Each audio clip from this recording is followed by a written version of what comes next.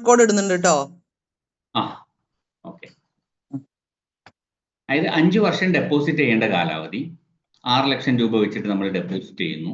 അങ്ങനെ 30 ലക്ഷം രൂപയാണ് ഡെപ്പോസിറ്റ് ചെയ്യേണ്ടത്. അത് കഴിഞ്ഞതിന് ശേഷം നമുക്ക് 15 വർഷം വരെ ഇതിന് കാലാവധി ഉണ്ടാവും. 5 വർഷം കഴിഞ്ഞതിന് ശേഷം നമുക്ക് ഏത് സമയത്ത് വേണമെങ്കിലും നമ്മൾ അതുവരെ ഇൻവെസ്റ്റ് ചെയ്ത ടോട്ടൽ എമൗണ്ട് പ്ലസ് അതിന് ആ സമയം വരെ കിട്ടിയിട്ടുള്ള പ്രോഫിറ്റ് അതടക്കം നമുക്ക് മുഴുവനായിട്ടോ അല്ലെങ്കിൽ ഭാഗികമായിട്ടോ നമുക്ക് ആവശ്യമുള്ള എമൗണ്ട് മാത്രമായിട്ടോ അല്ലെങ്കിൽ ഫുള്ളായിട്ടോ നമുക്ക് വിഡ്രോ ചെയ്യാം. 5 വർഷം കഴിഞ്ഞാൽ 5 വർഷത്തിന് ശേഷം. പിന്നെ ഇതിനകത്ത് ഉള്ള അഡീഷണൽ ആയിട്ടുള്ള ബെനിഫിറ്റ് എന്ന് പറയുന്നത് നമ്മൾ ഈ 6 ലക്ഷം അടക്കുന്നതോടുകൂടെ ആ സമയത്ത് തന്നെ നമുക്കൊരു 42 ലക്ഷം രൂപയുടെ ലൈഫ് ഇൻഷുറൻസ് കവറേജ് ഇതിന്റെ കൂടെ ഇൻബിൽഡ് ആയിട്ട് ഉണ്ടാവും. പിന്നെ നമുക്ക് ഇതിന്റെ അടുത്ത് ഒരു 2 കോടി വരെ നമുക്ക് കവറേജ് കൂട്ടാം. നമ്മൾ ഇതിന്റെ കൂടെ ഈ 6 ലക്ഷത്തിന്റെ കൂടെ ഒരു നമ്മൾ എത്ര കവറേജ് വേണോ അതിനനുസരിച്ച് ചെറിയൊരു പ്രീമിയം എക്സ്ട്രാ അടക്കുകയാണെങ്കിൽ, അതായത് ആക്സിഡന്റൽ കവറേജ് ഒരു 1.5 കോടിയുടെ 1,20 ലക്ഷം രൂപ വരെയൊക്കെ നമുക്ക് കൂട്ടാം. ഒരു 5,000 to 15,000 റുപ്പീസ് വരെ നമുക്ക് എക്സ്ട്രാ കൊടുക്കുകയാണെങ്കിൽ അത് ഇവർ കാൽക്കുലേറ്റ് ചെയ്ത് പറഞ്ഞു തരും നിങ്ങൾക്ക് എത്ര കവറേജിന് എത്ര എമൗണ്ട് വരും എന്നുള്ളത്. അതേപോലെ തന്നെ ഡിസേബിലിറ്റിക്കുള്ള ഒരു കവറേജ് ഒക്കെ അതൊക്കെ ഓപ്ഷണലാണ്, നമുക്ക് ഇതിന്റെ കൂടെ വേണമെങ്കിൽ എടുത്താൽ മതി. പക്ഷെ അത് എടുക്കുന്നതാണ് ലാഭകരം, കാരണം നമുക്ക് ഇതിന്റെ കൂടെ മാത്രമേ അത് എടുക്കാൻ പറ്റൂ. പിന്നെ അടുത്തൊരു കാര്യം ഇതിനകത്തുള്ളത്, നമ്മൾ ഇൻവെസ്റ്റ് ചെയ്യുന്ന ഫണ്ട് നമുക്ക് എവിടെയാണ് ഇൻവെസ്റ്റ് ചെയ്യേണ്ടത് എന്നുള്ളത് കസ്റ്റമർ ആണ് ചൂസ് ചെയ്യുക. അതായത് ഷെയർ മാർക്കറ്റിൽ ഏത് തരം ഫണ്ടിൽ ഇൻവെസ്റ്റ് ചെയ്യണമെന്ന് കസ്റ്റമർക്ക് ചൂസ് ചെയ്യാം. അതിനകത്ത് നമുക്ക് ഏറ്റവും പ്രധാനപ്പെട്ട ഏറ്റവും നല്ല റിട്ടേൺസ് കൊടുക്കുന്ന നമ്മുടെ 2 ഫണ്ടുകൾ എന്ന് പറയുന്നത് ഒന്ന് ഇക്വിറ്റി ഫണ്ടാണ്.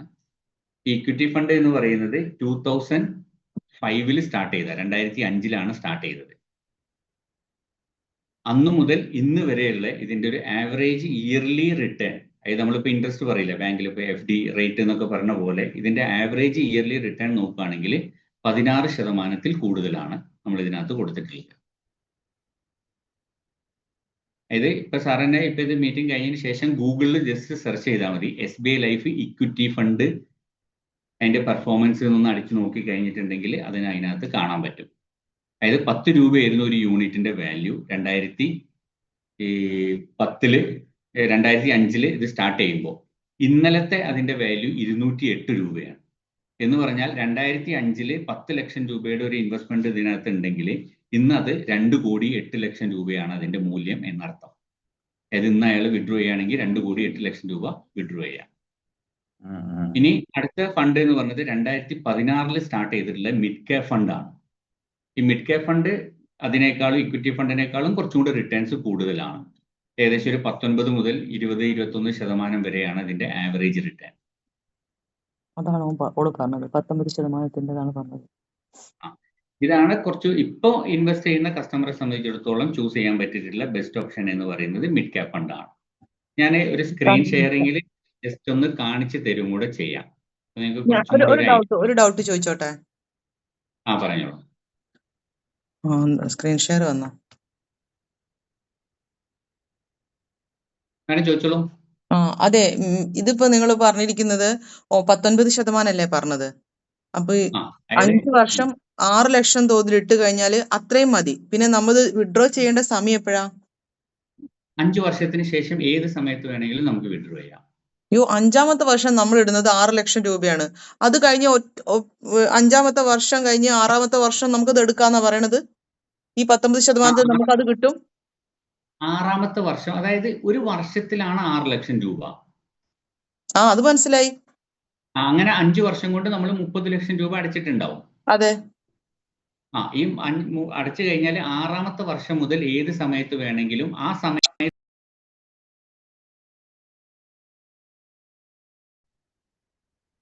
ഫുൾ എമൗണ്ട് എന്ന് വെച്ചാൽ നമ്മൾ അടച്ച 30 ലക്ഷം വിഡ്രോ ചെയ്യാം.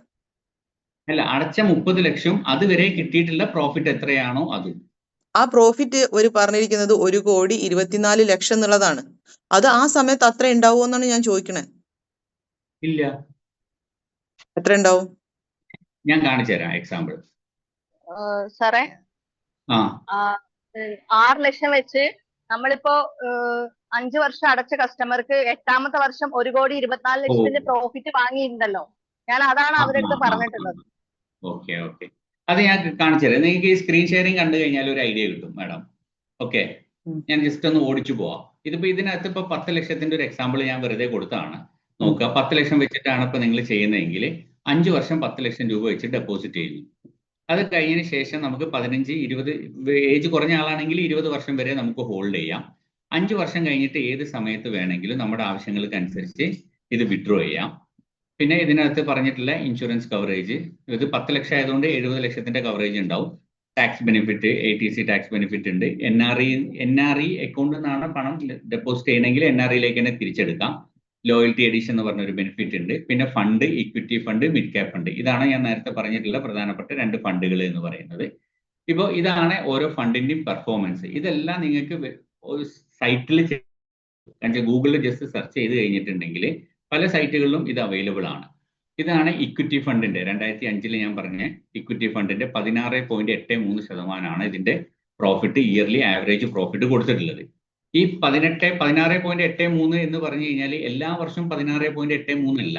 അതായത് 2005 മുതൽ ഇതുവരെയുള്ളതിന്റെ ആവറേജ് ആണ് പറയുന്നത്. അത് ഓരോ വർഷങ്ങളും ഇപ്പൊ ലാസ്റ്റ് 3 ഇയേഴ്സ് നോക്കുകയാണെങ്കിൽ 15.53 ഇവിടെ തൊട്ടടുത്ത് കാണാം. കഴിഞ്ഞ 2 വർഷത്തെ നോക്കുകയാണെങ്കിൽ 25% കാണാം. ഒരു വർഷം നോക്കുകയാണെങ്കിൽ 37% കാണാം. അപ്പൊ ഇതിന്റെ ഒക്കെ ആവറേജ് ആണ് ഈ 16.83% എന്ന് പറയുന്നത്. ഇനി ഇതാണ് ഇതിന്റെ ഒരു ഹിസ്റ്ററി എന്ന് പറയുന്നത്. അതായത് 2005 സ്റ്റാർട്ട് ചെയ്തു. ഇതിപ്പോ ഈ സ്ക്രീൻഷോട്ടിൽ ഇപ്പൊ നിങ്ങൾ ഗൂഗിളിൽ SBI life equity fund NAV എന്ന് സെർച്ച് ചെയ്ത് കഴിഞ്ഞാൽ നിങ്ങൾക്ക് നിങ്ങളുടെ മൊബൈലിലോ സൈറ്റിലോ ഈ സെയിം സ്ക്രീൻ ആയിരിക്കും കാണും. ഈ ലെഫ്റ്റ് സൈഡിൽ കാണുന്ന SBI life equity fund NAV എന്ന് സെർച്ച് ചെയ്ത് കഴിഞ്ഞാൽ ഇതിന്റെ വളർച്ചയുടെ ഗ്രാഫ് ഒക്കെ അതിനകത്ത് കാണാൻ പറ്റും. ഇതിലിപ്പോ കാണുന്നത് 200 രൂപ 57 പൈസയാണ്. ഇന്നത്തെ ഇപ്പൊ ഞാൻ കറക്റ്റ് ഇന്നത്തെ നോക്കുകയാണെന്നുണ്ടെങ്കിൽ, ഒരു മിനിറ്റ്, ഇന്നലത്തെ 208 രൂപയായിരുന്നു. 208 രൂപ എന്ന് പറയുന്നത് നമ്മൾ ഇടുന്ന പൈസ 6 ലക്ഷത്തിന്റെ. നിങ്ങൾ ജസ്റ്റ് ഒന്ന് ഗൂഗിളിലെ മൊബൈലിൽ വേറെ മൊബൈലിന്റെ ഒന്ന് സെർച്ച് ചെയ്ത് നോക്കൂ. ഇതാ ഇന്നത്തെ വാല്യൂ ഇതിനകത്ത് കാണുന്നത് 207. ഇതൊരു സ്ക്രീനിൽ കാണുമോ അറിയില്ല. നിങ്ങൾ ജസ്റ്റ് നോക്കി കഴിഞ്ഞാൽ 207 രൂപ 59 പൈസയാണ് ഇന്നത്തെ വാല്യൂ. എന്ന് പറഞ്ഞാൽ 2005 10 ലക്ഷം രൂപയുടെ ഡെപ്പോസിറ്റ് ഉള്ള ഒരു വ്യക്തിയാണെങ്കിൽ ഇന്ന് അദ്ദേഹത്തിന് ഇപ്പൊ ഈ സ്ക്രീൻഷോട്ട് പ്രകാരം 2 കോടി ഉണ്ടാവും. പക്ഷെ ഇന്നാണ് വിഡ്രോ ചെയ്യണമെങ്കിൽ 2,07,00,000 രൂപ ഉണ്ടാവും. അത്രയും പ്രോഫിറ്റ് ഇതിനകത്ത് കിട്ടിയിട്ടുണ്ട് എന്നർത്ഥം. ഇനി ഇതാണ് മിഡ് ക്യാപ് ഫണ്ടിന്റെ കഴിഞ്ഞ മാസത്തെ ഒരു ആവറേജ് റിട്ടേൺ നമ്മൾ നോക്കുകയാണെങ്കിൽ 21%. അതായത് ഈ മാസത്തെ ആവറേജ് റിട്ടേൺ നോക്കുകയാണെന്നുണ്ടെങ്കിൽ നമുക്ക് ഏകദേശം ഒരു 19% അടുത്താണ്. കാരണം നമുക്കറിയാം ഇപ്പം ഇക്വിറ്റി മാർക്കറ്റ് കുറച്ചൊന്ന് കുറഞ്ഞിട്ടുണ്ട്.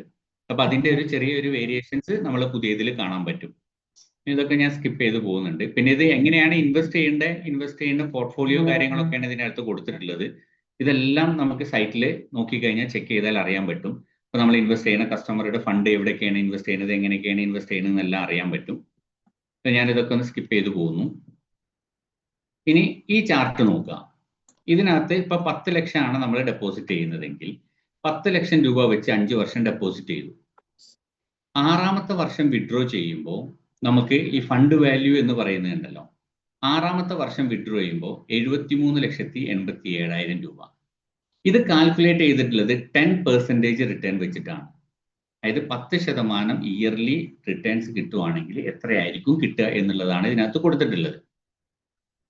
ഇപ്പോൾ 10 വർഷം കഴിഞ്ഞിട്ടാണ് വിഡ്രോ ചെയ്യണമെങ്കിൽ 1 കോടി രൂപ ഉണ്ടാവും. 15ാമത്തെ വർഷമാണെങ്കിൽ 1,74,00,000 രൂപ ഉണ്ടാവും. ഇതെന്ന് പറഞ്ഞത് ഒരു എന്താ പറയാ ഒരു അസംഷൻ ആണ്. അതായത് 10% വെച്ചിട്ടാണ് റിട്ടേൺ കിട്ടുവാണെങ്കിൽ എത്രയായിരിക്കും കിട്ടുക എന്നുള്ളത്. അതിനർത്ഥം ഈ എമൗണ്ട് ആണ് കിട്ടുക എന്നുള്ളതല്ല. ഇനി നമുക്ക് നോക്കാനുള്ളത് ഈ പദ്ധതിയിൽ ഇതിന്റെ മുമ്പേ ജോയിൻ ചെയ്ത ആളുകൾക്കൊക്കെ എത്ര കിട്ടിയിട്ടുണ്ട് എന്നുള്ളതാണ്. ഇതിനകത്ത് 2000 പറഞ്ഞോളൂ. അതല്ല, ജോയിൻ ചെയ്ത ആളുകളെ കാര്യം നിൽക്കട്ടെ. ഇപ്പം 19%-ന്റെതല്ലേ പറയുന്നത്. ഇപ്പൊ എങ്ങനെയാ 10%-ന്റേതായത്? 10%, അതായത് ഇക്വിറ്റി മാർക്കറ്റിൽ നമ്മൾ ഇൻവെസ്റ്റ് ചെയ്യുമ്പോൾ ഇപ്പൊ ഞാൻ ഈ പറഞ്ഞ 19% വെച്ചിട്ട് നിങ്ങൾക്ക് തരും എന്നൊരു ഗ്യാരണ്ടി ഇല്ല. 20% വെച്ചിട്ട് മാർക്കറ്റിന്റെ വാല്യൂ അനുസരിച്ച് പൈസ ഇടിയാനും ഹൈ ആവാനും സാധ്യതയുണ്ട്. അതായത് കൂടിയും കുറഞ്ഞും ഇക്വിറ്റി മാർക്കറ്റ് എന്ന് പറഞ്ഞു കഴിഞ്ഞാൽ അങ്ങനെയാണ്. മാർക്കറ്റിനനുസരിച്ച് കൂടിയും കുറഞ്ഞും വരുന്ന റിട്ടേൺസ് ആയിരിക്കും നമുക്ക് കിട്ടുക.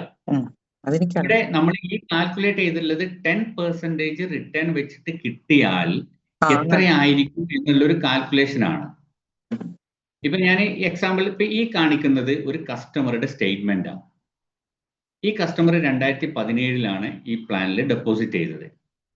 ഈ കസ്റ്റമറുടെ അടുത്തും നമ്മൾ സംസാരിച്ചത് ഈ കാര്യമാണ്.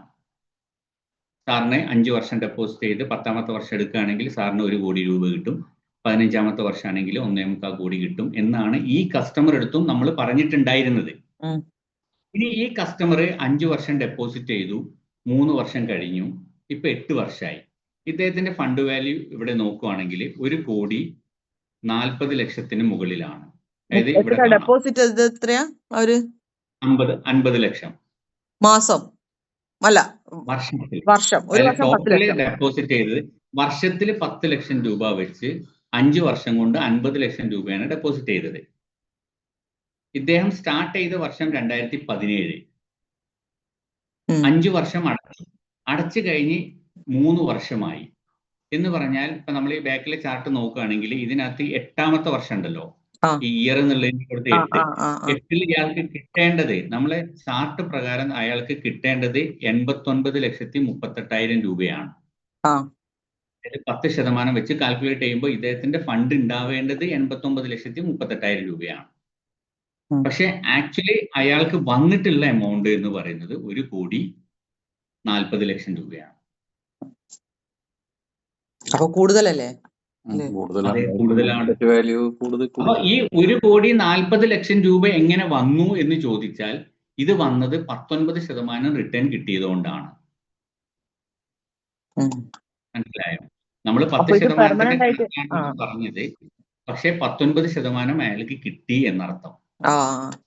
ഇവിടെ നോക്കിക്കഴിഞ്ഞാൽ പറഞ്ഞു തന്നതിലുള്ള ഒരു കൺഫ്യൂഷൻ ഇപ്പോഴാണ് ക്ലിയർ ആയത്.